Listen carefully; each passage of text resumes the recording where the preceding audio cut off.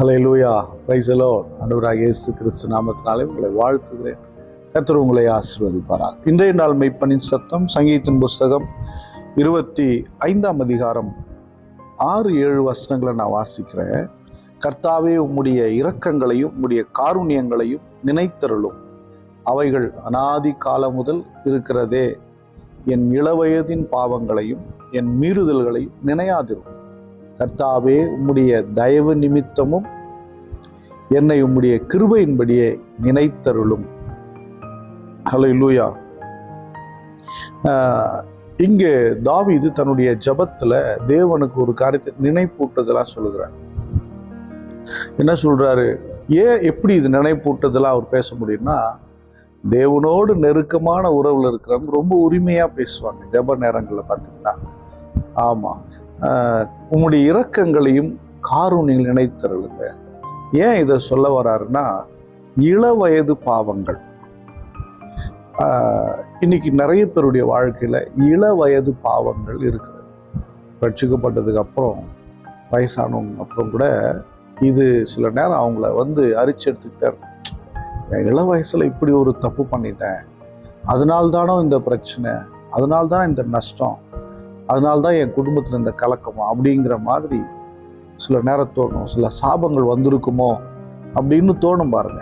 அதனால தான் அவர் இங்கே சொல்றாரு, அன்னைக்கு இந்த அநாதி காலங்கள்ல இருந்த அந்த காருண்யத்தை நினைச்சிருங்க, உங்களுடைய இரக்கத்தை நினைச்சிருங்க.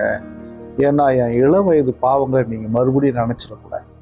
என் இளவயது பாவங்களையும் மீறுதலையும் நினையாதோம். வாலிப பிள்ளைங்க மீறிடுவாங்க, வசனத்தை மீறிடுவாங்க, சத்தியத்தை மீறிடுவாங்க, பரிசுத்தத்தை நினைக்காம போயிடுவாங்க, தேவன் பரிசுத்தமுள்ள நினைக்காம போயிடுவாங்க. அதனாலதான் அவர் என்ன சொல்றாரு, ஜெபம் பண்றாரு, என் இளவயதின் பாவத்தை நீங்க என்ன பண்றாங்க நினைச்சிடாதீங்க. உம்முடைய தயவு நிமித்தம் உமது கிருபையின்படி என்னை நினைத்தருங்க. ஆமா, தயவு, கிருபை, காருண்யம், இரக்கம். பாருங்க, ஒரு பக்கம் இரக்கம், காருண்யம், தயவு, கிருபை, இதெல்லாம் சொல்றாரு. எதுக்குன்னா, என் பாவங்களை நீங்க நினைச்சிடாதீங்க, என் மீறல் நினைச்சிடாங்க, தயவா மன்னிச்சிருங்க அப்படிங்கிற. என் அன்பு தேவனுடைய பிள்ளையே, நம்முடைய வாழ்க்கையில் இருக்கிற பாவங்கள், சாபங்கள் நம்ம நினையாம அதுக்காக ஜெபம் பண்ணி மன்னிப்பு கூட கேட்டிருக்க மாட்டோம். ஆனா என்றைக்கோ ஒரு நாள் முழுவதும் அர்ப்பணித்து உபவாசித்து ஆண்டு சமூகத்துல இல்லை அதிக பாரத்தோட ஊக்கத்தோட ஜெபம் பண்ணும்போது சில நேரங்களில் பரிசுத்தாவை நமக்கு உணர்த்துவார். அதை நம்ம பாரத்தோட ஜெபம் பண்ணுவோம், கர்த்தர் மன்னிச்சுவார்.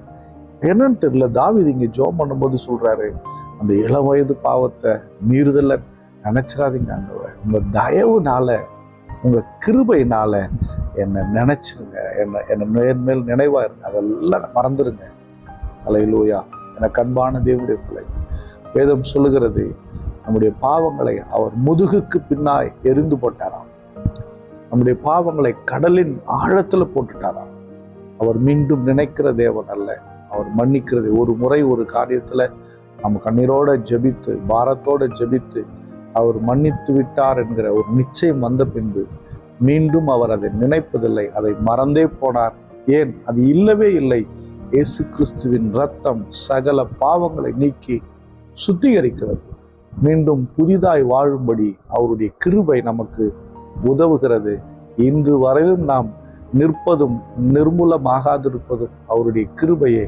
அவர் நம்மை அவருடைய கிருபை நாளை நினைத்தார். ஆகவே தான் நம்ம நல்லபடியா இருக்க முடியும். நம்மளால ஸ்தோத்திரம் பண்ணுவோமா? ஸ்தோத்திர ஆண்டவரே, உங்கள் இளவயதின் பாவங்களை நினையாதிரும். உங்களுடைய இரக்கத்தினாலும் உங்களுடைய காருண்யத்தினாலும் உங்களுடைய தயவினாலும் உங்களுடைய கிருபையினாலும் கர்த்தர் நீர் எங்களை நினைத்தருளுகிறார். ஆண்டவரே, ஸ்தோத்திரம், ஸ்தோத்திரம். அன்பின் பிதாவையும் ஸ்தோத்திரிக்கிறோம். உங்களுடைய பிள்ளைகளை நீங்க ஆசீர்வதிக்கணும். உங்களுடைய பிள்ளைகளுடைய பாவங்களை மீறுதல் தயவா மன்னிச்சிருங்கப்பா, இரக்கமா மன்னிச்சிருங்க, கிருபையா மன்னிச்சிருங்க.